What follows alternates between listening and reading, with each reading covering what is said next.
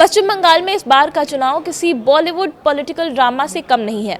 चुनाव खत्म हो गया है पर पिक्चर अभी भी बाकी है। नमस्कार, मेरा नाम है जूली। आप देख रहे हैं न्यूज़ 18 का डिजिटल प्लेटफॉर्म। पश्चिम बंगाल में 4 मई को चुनावी नतीजे घोषित होंगे। बंगाल चुनाव रिजल्ट से पहले ही माहौल पूरी तरीके से गर्मा चुका है। बीजेपी टीएमसी वाले आमने सामने हैं। स्ट्रांग रूम के बाहर एक दूसरे की कड़ी निगरानी की जा रही है। सबको धांधली का डर है। पश्चिम बंगाल में गुरुवार की शाम देर रात तक गहमा गहमी का माहौल देखा गया।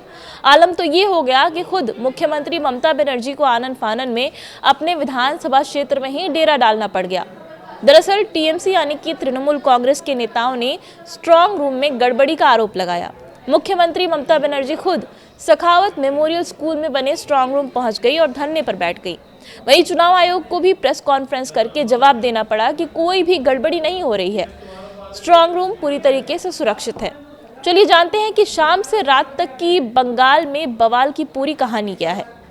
देखिए, दरअसल पश्चिम बंगाल की मुख्यमंत्री ममता बनर्जी ने तृणमूल कांग्रेस के नेताओं, कार्यकर्ताओं और मतदान एजेंट से ईवीएम स्ट्रांग रूम की 24 घंटे निगरानी करने को कहा। इसके बाद टीएमसी उम्मीदवार कुणाल घोष और शशि पांजा ने गुरुवार को खुदीराम अनुशीलन केंद्र में अनियमित गतिविधियों का आरोप लगाया। खुद वहां धरना दिया, जबकि निर्वाचन आयोग ने उनके आरोपों को खारिज कर दिया। ये मामला उस वक्त और गर्मा गया जब बीजेपी के मनिकतला उम्मीदवार तापस रॉय चौरंगी से पार्टी के प्रत्याशी संतोष पाठक के साथ मौके पर पहुंचे और वरिष्ठ पुलिस अधिकारियों से सवाल करने लग गए कि उन्होंने इतने संवेदनशील जगह पर तृणमूल के कार्यकर्ताओं को इकट्ठा होकर नारेबाजी करने की अनुमति आखिर कैसे दे दी। इस दौरान शहर में तेज बारिश के बीच दोनों पक्षों के बीच नारेबाजी होती रही।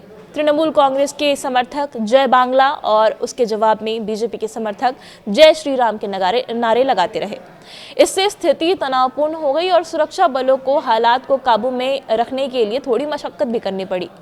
तृणमूल के नेताओं का आरोप है कि सीसीटीवी कैमरों से लाइव स्ट्रीम किए गए फुटेज में स्ट्रांग रूम के अंदर बाहरी लोगों की मौजूदगी दिखाई दी, जो कि मतपत्रों के साथ छेड़छाड़ कर रहे थे। हालांकि निर्वाचन आयोग ने केंद्र में मतदान सामग्री के प्रबंधन से संबंधित इस दावे को खारिज करते हुए कहा कि मतदान अधिकारी उचित प्रक्रिया के अनुसार डाक मतपत्रों को अलग करने में लगे हुए थे। स्ट्रांग रूम पूरी तरीके से सुरक्षित है। इधर ममता बनर्जी की टीएमसी ने आरोप लगाया कि स्ट्रांग रूम की सील तोड़ी गई है, ईवीएम के साथ छेड़छाड़ की कोशिश की गई है। ये आरोप भी टीएमसी की तरफ से लगाया गया और इसके बाद ममता बनर्जी ने एक आवाज लगाई और देखते ही देखते टीएमसी के नेता काउंटिंग सेंटर के बाहर धरने पर बैठ गए। कुछ देर बाद ममता बनर्जी भी भागी भागी आई और खुद भवानीपुर के काउंटिंग सेंटर पर पहुंची। ममता बनर्जी रात को भवानीपुर के स्ट्रांग रूम पहुंची और ईवीएम में छेड़छाड़ और धांधली का आरोप लगाया।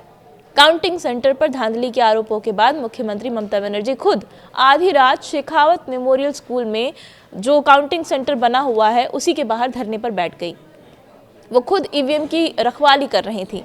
ममता की मौजूदगी देखकर बीजेपी कार्यकर्ता भी वहां पर जमा हो गए और इसके बाद माहौल और भी गर्म हो गया। बीजेपी और टीएमसी के नेता आमने सामने हो गए, मगर किसी तरह की झड़प हालांकि नहीं हुई। टीएमसी के आरोपों पर चुनाव आयोग ने भी जवाब दिया है। चुनाव आयोग ने कहा कि कहीं भी स्ट्रांग रूम का ताला नहीं तोड़ा गया है, सब अफवाह फैलाई जा रही है। पश्चिम बंगाल के निर्वाचन आयुक्त ने बताया कि आधी रात काउंटिंग सेंटर के अंदर पोस्टल बैलेट को अलग करने की प्रक्रिया चल रही थी और सभी पार्टियों को इसके बारे में पहले से ही जानकारी दे दी गई थी।